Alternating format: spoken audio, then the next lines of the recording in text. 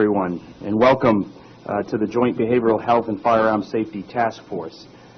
My name is Tom Coder, and I'm the Chief of Staff for the Senate President here at the State House, and I'm representing the Senate President, the Speaker, this afternoon, who asked me to call this meeting to order.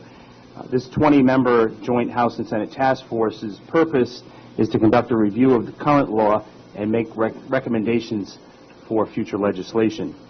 The appointments have been made in accordance with the resolutions initiating this task force, and I'd like to ask Attorney Solomon, one of the staff members of the committee, to please call the roll and determine a majority. Representative Ruggiero. Here. Representative Coder. Representative Chippendale. Present. Senator Cool-Rumsey. Present. Senator Lombardi. Senator Adiano. Present. Assistant Attorney General Joey Limbeck. Present. J. Joseph Baxter. Present. Colonel O'Donnell. Steve Hall. Here. Director Craig Stenning. Present. Chief Maris. Present. Megan Klingham. David Spencer. Present. Nick Grasso. Present. Paul Christopher. Present. Carolyn Kyle. Patrolman Orlando Braxton. Frank Sicoscio. Craig Sayata. 16, we have a quorum. Thank you, Attorney Solomon. There is a quorum present. The resolution establishing this task force states, forthwith, a representative appointed from the political party of the Speaker of the House and a senator appointed from the political party of the President of the Senate shall call the first meeting of the task force.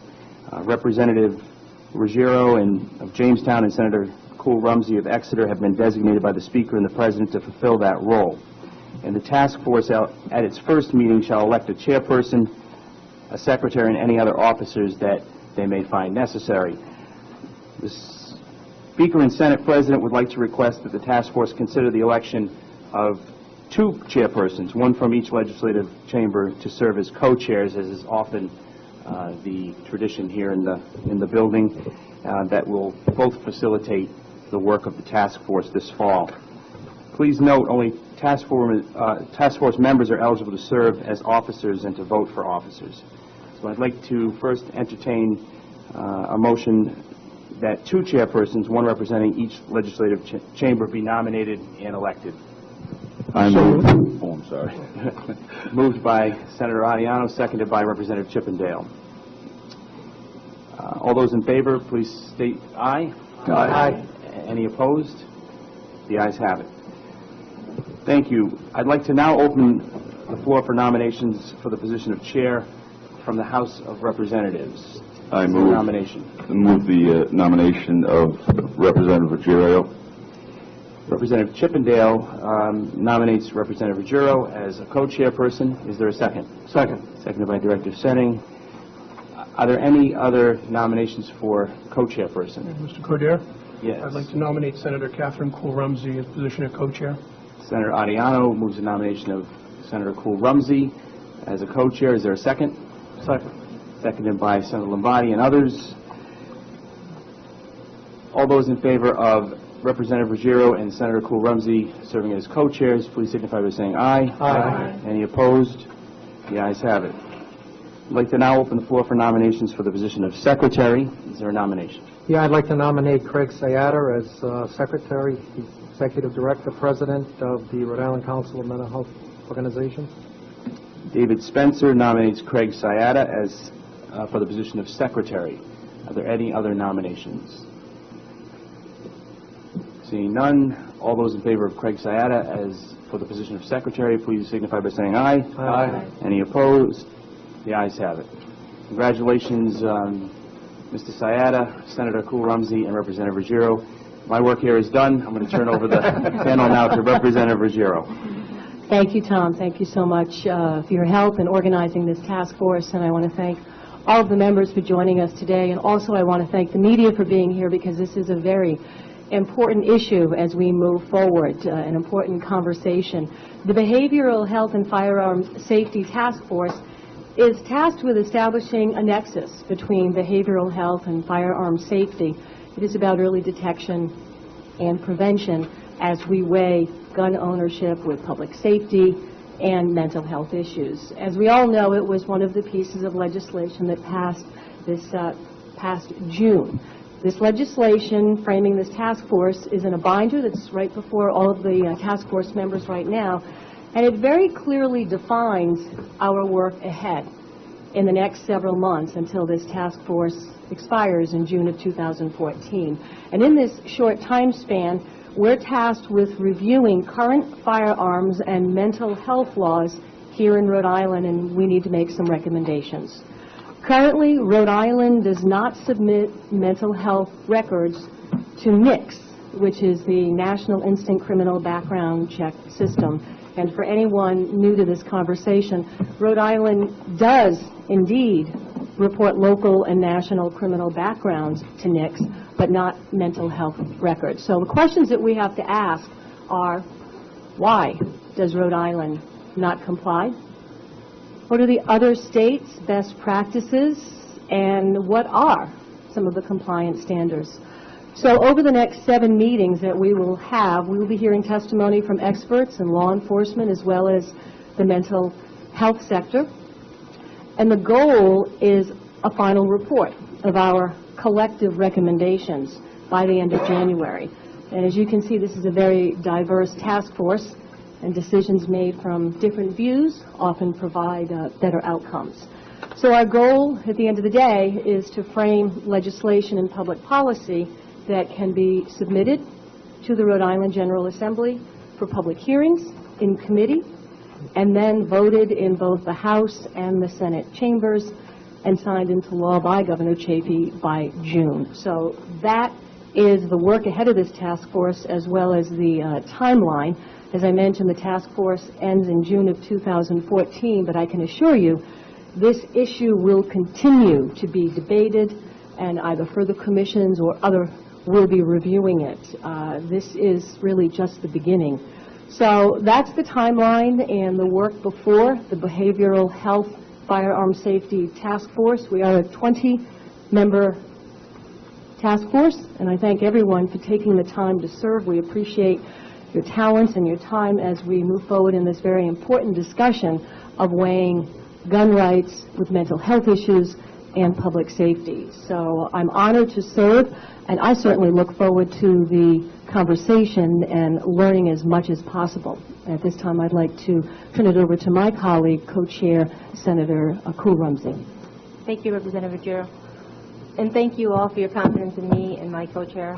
I am looking forward to our meeting and healthy discussion on the very issues that we are charged with reviewing. Certainly issues of mental illness and gun violence have been thrust into the forefront of media and public policy discussions across the country. Our challenge is to have a conversation that is balanced, recognizing that individuals have a right to privacy and that our state has a responsibility to ensure public safety. When data sharing is appropriate, it is a difficult and complex topic, and I expect will take up a good portion of our discussion. I believe the leaders around this table will offer this balanced approach as we review current state laws and the National Instant Criminal Background Check System. I hope that we can focus on the specific objectives that are laid out for us in the resolution creating the task force. The scope of our review is not wide open, and as co-chairs, we will be as respectful as possible as we attempt to maintain that limited focus throughout our meetings. I am grateful for your commitment of time and expertise, and I look forward to working together for the next few months. Thank you. Thank you, Senator. At this time, it might be appropriate for everyone to introduce themselves for each other and also to see who is on this task force. As I mentioned, I'm Representative Deb Ruggiero, and next to me, Craig Spenny, Director of the Rhode Island Department of Behavioral Health Care Development. Joseph Baxter, State Board Administrator. next to me, Director of the Mental Health Advocacy Office. John Damaris, Police Chief from Cumberland, President of the Rhode Island Police Chiefs Association. Paul Christopher, psychiatrist at Butler Hospital. Carolyn Kyle, Senior Vice President, Gateway Healthcare. David Spencer, Executive Director of the Drug and Alcohol Treatment Association of Rhode Island. Nicholas Grasso, President of Rhode Island Federated Sportsmen's Clubs. Frank Secocio, also with Federated. Christopher Adiano, I represent District 11, Portsmouth, Bristol, and Tiverton in the State Senate. Joey Lindbeck, Special Assistant Attorney General. Frank Lombardi, I represent the City of Cranston in the Rhode Island Senate. Representative Michael Chippendale, representing the towns of Coventry, Foster, and Gloucester. Craig Syeda with the Rhode Island Council of Community Mental Health Organizations. Steve Hall, Rhode Island Environmental Police, representing the Department of Environmental Management. And Catherine Cool-Rumsey, Senator for District 34. And at this time, we'd like to take questions from the commission members.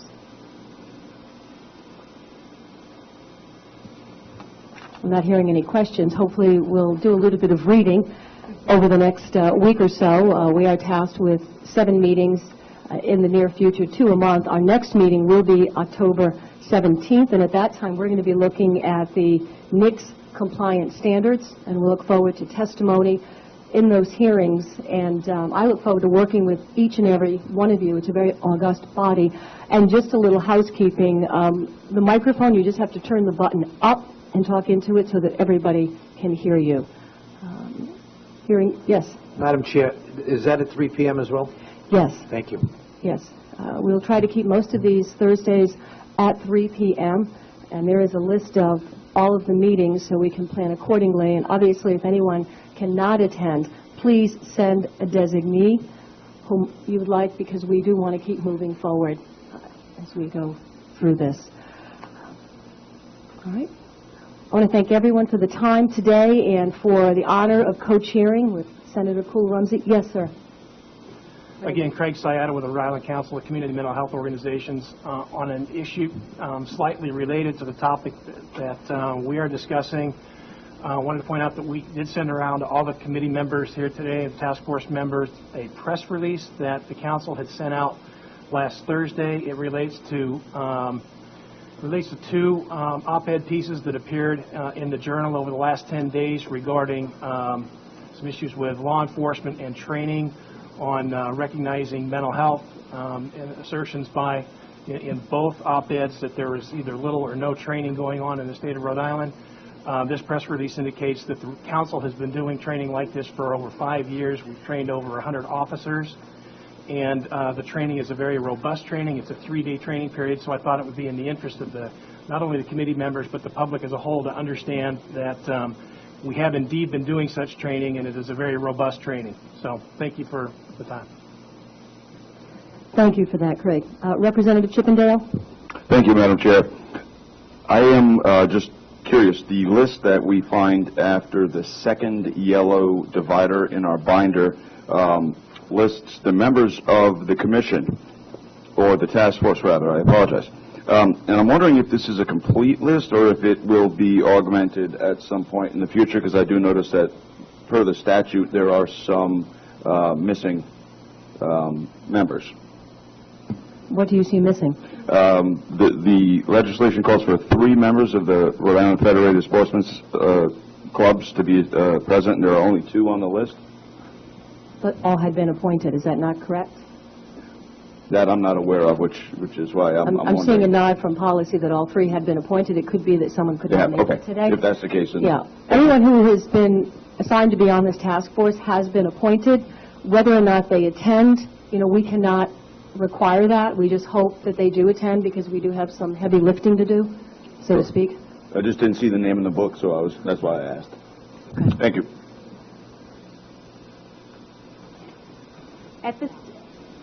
At this time, before we adjourn, we just want to go over what we've been charged with. So I will begin with our goal number 1: conduct a review of different state approaches for compliance with the NICS index, which includes information contributed by federal and state agencies identifying persons prohibited from possessing firearms because of mental health or substance abuse history, to ensure that the state conforms to best practices nationally. Objective 2, propose legislation and recommendations to support the state's full participation in the NICS index. And number 3, propose legislation and recommendations concerning the form and composition of the Relief from Disabilities Board based on a review of federal and state laws, rules, and regulations. And be it further, this task force shall also review Chapters 1147 of the Rhode Island General Laws entitled Weapons and Chapters 40(1) to 5 of the Rhode Island General Laws entitled Mental Health Law, and make recommendations to revise such chapters consistent with this joint resolution. Thank you, Senator. So that is the work before this task force, to make recommendations and look at the mental health laws, why Rhode Island is not compliant with NICS, what other states' best practices are, and then to come forward with this collective body with recommendations to the General Assembly. So thank you again, everyone, for your time and your talents. Again, our next meeting, October 17th, and we're going to begin with testimony regarding NICS compliance standards here in Rhode Island. That concludes our very first organizational meeting of the Behavioral Health Firearm Safety Task Force. We'll see you very soon. Thank you.